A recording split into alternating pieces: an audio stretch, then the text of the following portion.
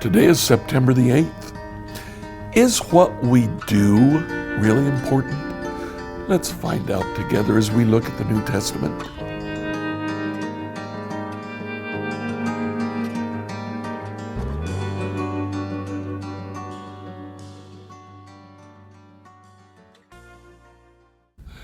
So in the lists that we've been looking at, Paul, Jesus, and John mention certain types of people who won't be allowed in God's kingdom. Does that mean that our salvation is determined by our works? Is what we do really that important? Well, let's get the full answer to that question tomorrow.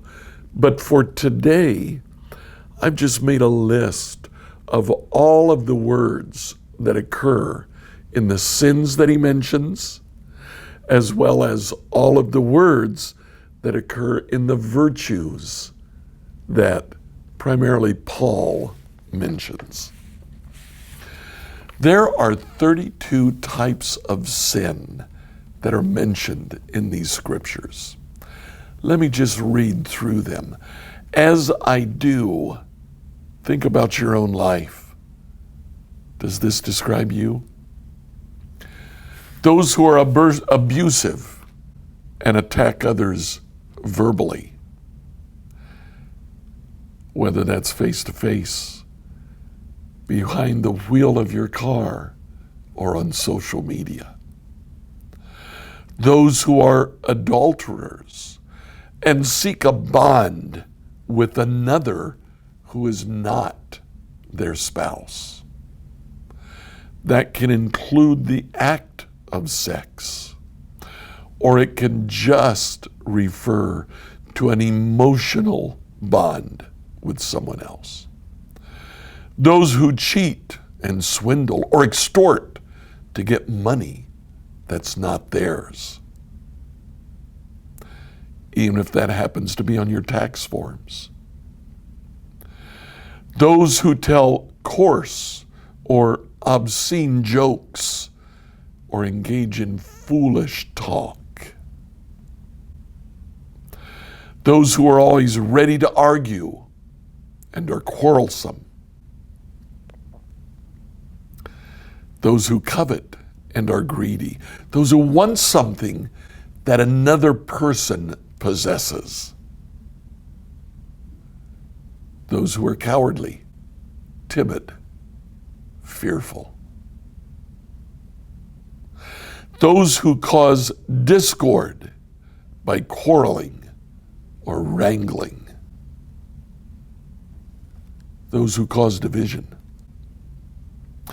Those who become drunk, habitually intoxicated.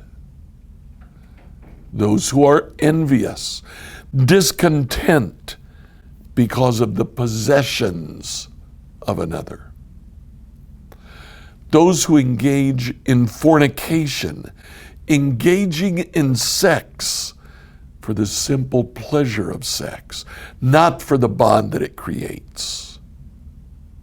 Whether that is through the act of sex, through prostitution, or through pornography. Those who hate or are hostile, having a strong dislike or wishing ill will for someone else. Those who follow a heresy, rejecting a belief that's part of church doctrine. Those who engage in homosexuality, fulfilling one's sexual desire with someone of the same sex. Those who worship idols or sorcery with excessive devotion to some person or thing. Those who are impure or unclean. Those who are jealous, being resentfully suspicious of a rival or the influence of a rival. Those who are lewd or promiscuous, intending to excite lust or sexual desire in someone else. Those who lie, those who tell untruths, those who murder unlawfully and maliciously, killing another human being, those who have orgies or wild parties, those who burst out in anger or passion, those who are selfishly ambitious for their own welfare or interests and have little or no concern for others, those who steal, taking from others, and those who show unbelief, a lack of faith. In addition to these 26 sins, Jesus mentions these omissions as sins as well. Those who didn't feed the hungry, those who didn't give drink to the thirsty, those who didn't provide hospitality to the stranger, those who didn't clothe the naked, those who didn't visit the sick, and those who didn't visit the prisoner. 32 sins. These 11 virtues are also mentioned. They're called the fruit of the Spirit in Galatians 5 and the fruit of light in Ephesians 5. Love. Love originates with God and typically is characterized by a lack of self-interest.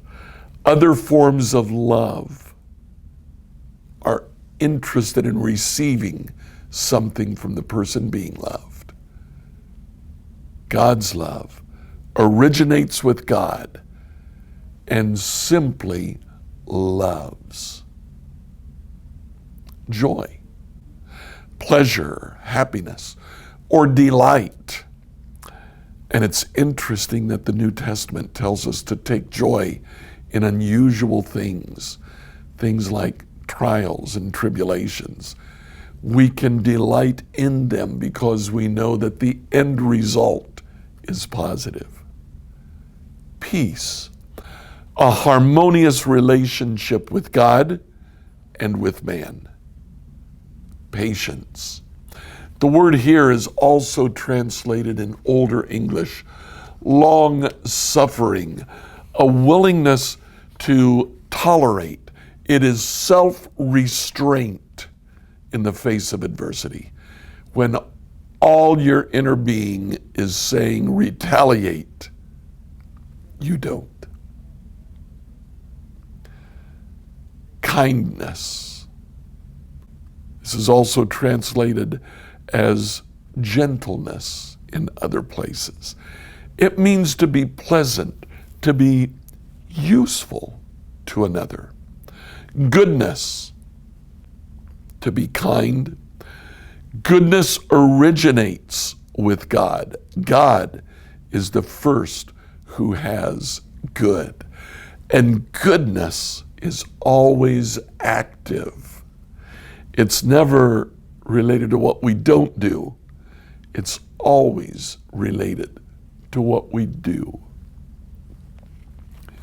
Faithfulness.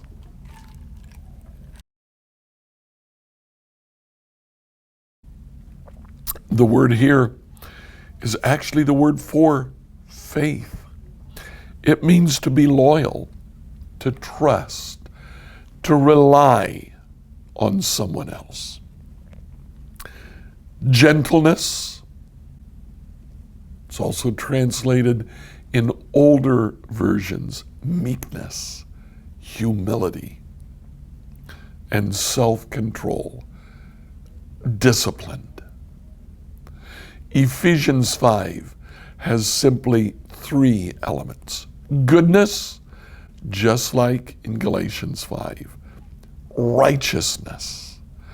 Righteousness means to be upright, morally true, to be obedient. And finally, truth. Truth finds its origin also in God. It is the ultimate reality. It's a long list of sins, a somewhat shorter list of virtues. My challenge for you today, listen back through that list. What do you need to get rid of?